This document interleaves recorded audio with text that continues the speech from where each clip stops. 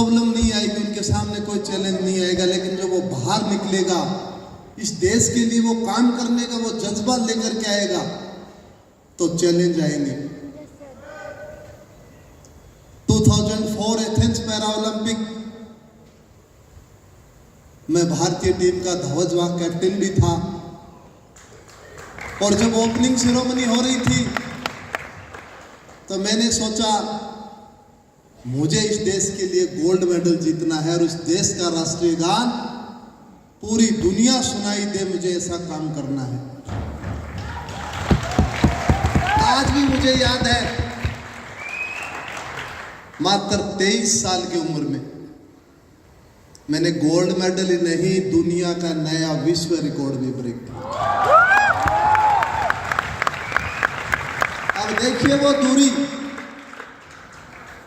वो दूरी देखिए, ग्रामीण परिवेश से लेकर के लकड़ी का भाले से तैयारी करके 200 देशों तक चैंपियन बनना आसान काम तो नहीं था, पर मैं मानता हूं यदि कोई मेहनत करे तो मुश्किल भी नहीं था।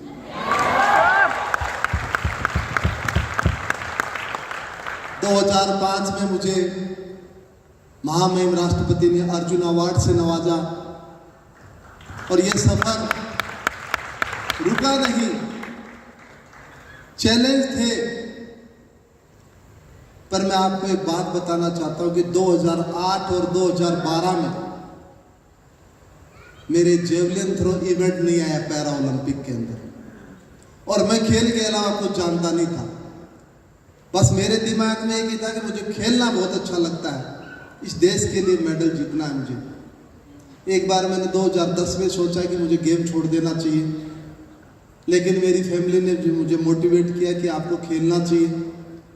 2016 में आएगा आपका इवेंट, और ऐसा ही हुआ। 16 में जब पैरा ओलंपिक में इवेंट आया तो पता है मेरी उम्र कितनी थी? 35 साल। तो मेरे एक दोस्त ने पूछा मुझसे कि क्या आप पैरा ओलंपिक में जाओगे अब की बार? आपकी तो 35 साल उम्र हो जाएगी 2016 में। तो मैंने उनसे कहा, आप देखना, मैं खेलने भी जाऊंगा और मैं गोल्ड मेडल भी जीत के आऊंगा। और वैसा ही हुआ। रियो पैरा ओलंपिक के अंदर 12 साल पुराना जो वर्ल्ड रिकॉर्ड मैंने एथेंस में ब्रेक बनाया था, वो 12 साल बाद में मैंने वर्ल्ड रिकॉर्ड, फिर से मेरा ही वर्ल्ड रिकॉर्ड ब्रेक किया। जब मैं इंडिया लौटा, आज भी मुझे याद है, जब प्रधानमंत्री नरेंद्र मोदी जी से हम मिलने गए, उन्होंने जब बुलाया तो उन्होंने बहुत अच्छी बात कही कि देवेंद्र जी, आपने युवाओं को बहुत बड़ी प्रेरणा दी है कि हिंदुस्तान का खिलाड़ी एक ही गोल्ड मेडल नहीं, 2-2 गोल्ड मेडल भी जीत सकता है। वो सपना दिखाया आपने। उसके पश्चात मुझे जो हमारा स्पोर्ट्स का हाईएस्ट अवार्ड होता है, खेल रत्न, मेजर ध्यानचंद खेल रत्न, उससे नवाजा गया राष्ट्रपति द्वारा। अब 35 साल उम्र हो चुकी थी, इसके बीच में इतने मेडल भी जीते। कहीं न कहीं अंदर ये था कि टोक्यो पैरालंपिक और खेला जाए। उम्र साथ नहीं दे रही थी। 35 प्लस में जाने के बाद बहुत से लोगों ने कहा कि अब एज ज्यादा हो गई आपकी। मैंने कहा कुछ ज्यादा नहीं है, आपकी मेहनत आपको ज्यादा नहीं होने देगी कभी भी। जब टोक्यो पैरालंपिक में गया मैं, जाने से पहले माननीय प्रधानमंत्री नरेंद्र मोदी जी ने एक बात कही थी कि देवेंद्र जी, लोग कहते होंगे 40 साल आपकी उम्र हो गई, लेकिन मुझे पक्का विश्वास है इस देश के लिए आप फिर से मेडल जीतोगे। और मैंने तीसरा पैरालंपिक में लगातार मेडल जीत करके हैट्रिक बनाने वाला पहला भारतीय बना। लेकिन देखिए कितने बड़े सपने होते हैं। एक इतना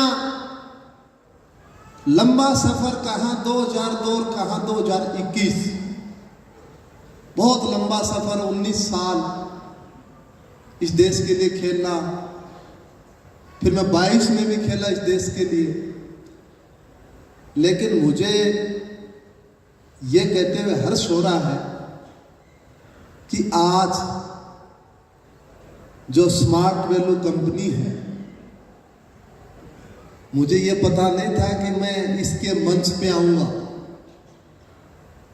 उस टाइम हम लोग टोक्यो पैरालंपिक से पहले हम ऐसे ही चर्चा कर रहे थे फूड सप्लीमेंट की।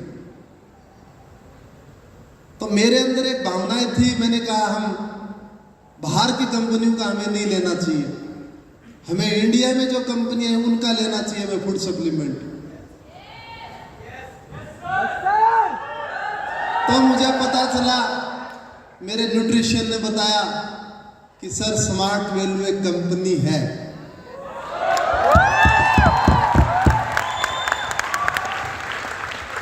तो उसके वे प्रोटीन बहुत अच्छे आते हैं, फूड सप्लीमेंट काफी, जैसे कैल्शियम, मल्टीविटामिन।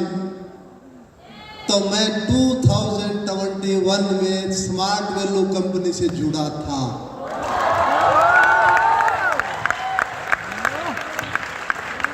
एक छोटे से 25 साल पहले छोटी सी शुरुआत की इस कंपनी ने, एजुकेशन से शुरुआत करके आज मेरे ख्याल से लगभग 150 प्रोडक्ट, 150, इतना लंबा सफर। उस सफर में बहुत से ऐसे यहाँ पे कंपनी में काम करने वाले जो 20-20 साल से जुड़े हुए इस कंपनी के लिए, उनके योगदान को मैं सल्यूट करता हूं, उनके योगदान को मैं धन्यवाद देता हूं।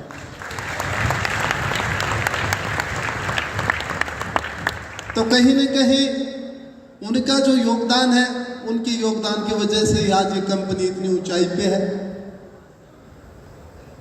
और मैं एक बात और कहना चाहता हूं, 2022 में जब मैं लास्ट टूर्नामेंट खेला था Morocco world grand prix, gold medal से 2002 में शुरुआत की और 2022 में सिल्वर मेडल से मैंने कैरियर मेरा संन्यास लिया था। इतना लंबा खेलना, लेकिन एक सीखा है मैंने जिंदगी में, आपका जो काम है, काम ऐसा करें आपकी कि उसमें इतना इंटरेस्ट हो जाए आपके अंदर कि मुझे सिर्फ काम ही नजर आना चाहिए।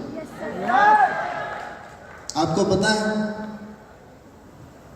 मैं हिंदुस्तान का एकमात्र ऐसा खिलाड़ी था जो मेरी जो भाला जेवलिन होती थी वो मैं मेरे रूम के अंदर लेके आता था, कभी स्टोर में नहीं छोड़ा मैंने। पता है क्यों नहीं छोड़ा? मेरे काफी लोगों ने क्वेश्चन किया कि आप साथ लेके क्यों जाते हो जेवलिन को, स्टोर रूम में रखो आप। मैंने कहा मेरे को 24 घंटे मेरा टारगेट नजर आना चाहिए। 24 घंटे मुझे मेरा टारगेट नजर आना चाहिए। 2022 के बाद मैं para Olympic committee of India का प्रेसिडेंट बना और मेरी नई भूमिका में एडमिनिस्ट्रेटिव के तौर पे आ गई। खिलाड़ी से सीधा एडमिनिस्ट्रेटिव में जाना थोड़ा सा चैलेंज मानते थे लोग, लेकिन मैंने कहा जब मैंने ये जिम्मेवारी ली है तो इसको मुझे टाइम देना होगा और टाइम से हमें काम करना होगा। जब हमारी पेरिस पैरालंपिक में भारतीय टीम जा रही थी तो मीडिया ने मुझसे कहा कि देवेंद्र जी कितने मेडल जीतोगे? तो मैंने कहा 25 से ज्यादा मेडल जीतेंगे हम पेरिस पैरा ओलंपिक।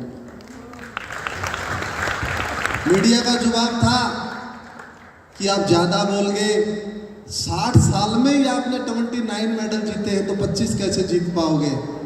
मैंने कहा 25 नहीं, 25 प्लस, 25 से ज्यादा जीतेंगे हम। हमारा जो काम करने का तरीका था, 25 ही नहीं, हमने पेरिस पैरा ओलंपिक में 29 मेडल जीत करके दर्शा दिया कि इंडिया एक स्पोर्टिंग कंट्री है। इसके लिए हमने काफ़ी बदलाव किए। हमारे खिलाड़ियों को हमने मेंटल स्ट्रेंथ दी, फिजिकली स्ट्रेंथ भी उनके अंदर थी पर मेंटल स्ट्रेंथ दी। पेरिस में हमने खिलाड़ियों को वो हर हौसला दिया और उसी की बदौलत हम मेडल टैली में 200 देशों में 18वें नंबर पे रहे। ये बहुत बड़ी उपलब्धि थी भारत के लिए। आप अपना काम करेंगे, काम से ही आगे बढ़ेंगे। और मैं एक और कहना चाहता हूं, यहां मेरे ख्याल से मुझे जो नजर आ रहे हैं 70-80% 18 से 25-26 साल की उम्र के मुझे नजर आ रहे हैं। क्यों? अब समय आपका है और इस समय का आप सदुपयोग करेंगे तो हो सकता है कल यहीं से एक बिजनेसमैन निकले और उसको एक दिन पद्मश्री मिले, पद्म भूषण मिले, तो वो भी बहुत बड़ी बात है। क्योंकि आप 25 से 45 साल आपके पास होता है, इसमें कोई भी डिसीजन ले सकते हो आप। ये जो समय आपके फेवर में बहुत बड़ी बात है।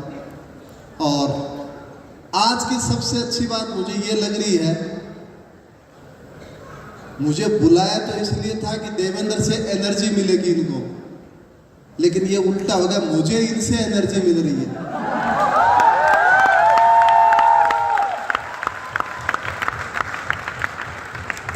यदि देवेंद्र का जिस दिन एक हाथ चला गया था और वो ये कहता है कि मैं कुछ नहीं कर सकता, मेरे पास तो बहुत बड़ा बहाना था। आपको पता है, कॉलेज टाइम में मैंने खुद से मेरे एक हाथ से खाना बना करके खाया है मैंने, और तैयारी भी की है। आप सोच सकते हो एक हाथ से कैसे खाना बनेगा? बिल्कुल बनता है जी, मेहनत करेंगे तो बनेगा, नहीं तो नहीं बनेगा। मैं कॉलेज टाइम में, मुझे आज भी एक बहुत पुरानी बात याद आ गई। खिलाड़ी को डाइट की बहुत जरूरत रहती है और उसके लिए मैं क्या करता था, मेरे कोच साहब बुलाते थे मुझे मॉर्निंग में 5 बजे और मैं जाता था 4 बजे। 4 बजे जा करके मैंने कुछ लड़कों को मैं फिटनेस की तैयारी करवाता था और उससे मुझे महीने के 1000 रुपए मिलते थे। उस 1000 रुपए का मैं जूस पीता था। ये मेरा कैलकुलेशन था। तो कहाँ से कहाँ तक आप काम कर सकते हो? आपके काम की एक वैल्यू बनती है और ये वैल्यू है धीरे धीरे बहुत ज़्यादा ग्रोथ करती है। मैं तो इतना कहना चाहता हूँ